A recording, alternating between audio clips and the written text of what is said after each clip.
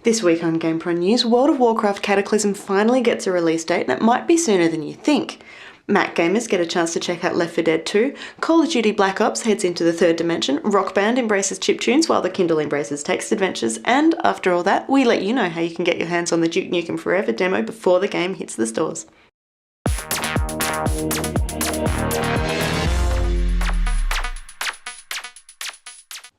Hi, I'm Jessica Citizen. This week, Blizzard actually revealed a whole bunch of information announcing that World of Warcraft currently has more than 12 million residents. That number does not include lapsed or cancelled subscriptions. They're all currently active accounts representing an awful lot of rock collecting.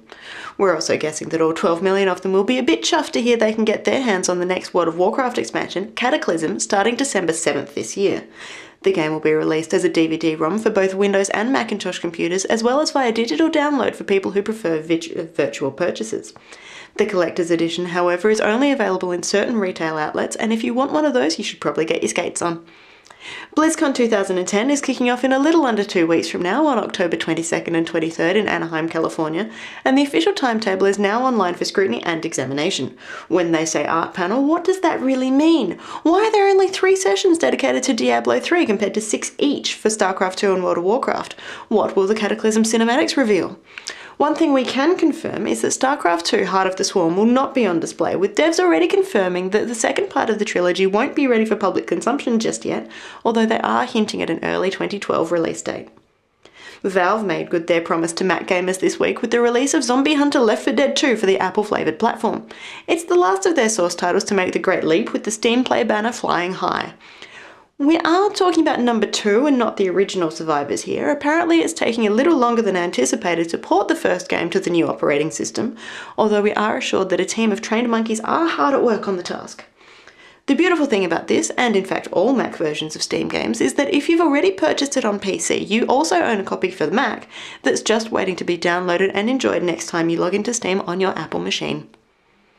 Call of Duty Black Ops has also been in the news a bit lately, firstly with the poorly kept secret that zombies will be appearing in the game, and now with the fact that you'll be able to battle them in stereoscopic 3D.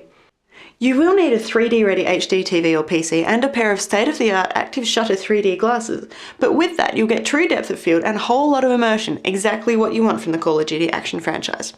Of course, if you don't have 3D capabilities or a next-gen console, the game is perfectly playable in standard 2D, and the whole lot arrives next month on just about every platform you can name. A recent survey asked 1,500 consumers aged 12 to 65 what they knew about 3D technology, and the results were surprising. 13% of those surveyed said they definitely will buy a 3D TV within the next year, but 10% said they definitely will not buy one with 3D capabilities, preferring to go with a straight HD model. Many explained that the price was the problem there. There's also a fair bit of confusion about the technology itself. 63% think that a simple firmware upgrade for their TV will be enough to unlock the 3D-ness.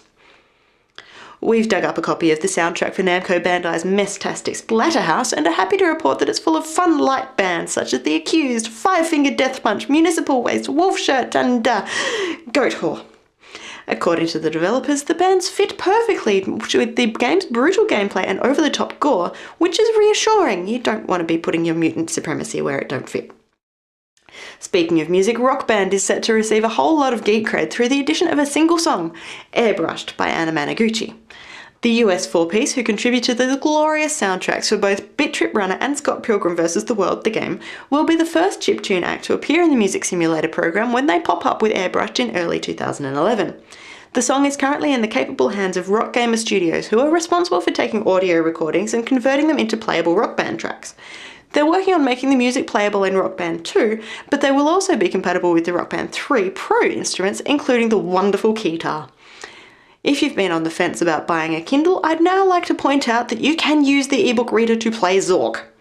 A group called Portable Quest have taken it upon themselves to format Zork, Zork 2, Zork 3 and the rarely mentioned Mini Zork in a way that it can be easily presented on the Kindle using Amazon's WhisperNet. They've even implemented a save game feature so you can pick up where you left off. We also hear that the developers are planning on putting a bunch more Z-Machine games into the system too, in addition to the 4 cult favourites already there. Now, it's not perfect. While the text is clear and sharp and the format is pretty much spot on, the Kindle keyboard leaves a little to be desired, particularly when you're trying to enter numbers. There's also the obvious drawback: if you don't have a Kindle, or you live somewhere that WhisperNet isn't an option, you can't take full advantage of the arrangement. But after all that, Zork is Zork, and it's still wonderful if you've got the right gear. Speaking of historical games, Duke Nukem Forever is allegedly coming out next year after 13 years of on and off development. If you want to get your hands on a demo copy of the game before it hits shelves, even though we can't say how much before, it's a simple matter of picking up the Game of the Year edition of Borderlands when it's released later this month. Publisher 2K Games have confirmed that the re-release game will be bundled with all 4 DLC packs: the Zombie Island of Dr. Ned, Mad Mox's Underdome Riot, the Secret Armory of General Knox, and the new one, Claptrap's New Robot Revolution. You'll also get a special key, granting access to a wealth of goodies, including the Duke himself. Borderlands Game of the Year edition will be released later in October for Xbox 360, PlayStation 3 and PC, exactly the same platforms the Duke is scheduled to appear on next year. Convenient, huh? Till next week, I'm Jessica Citizen, and this is GamePron News.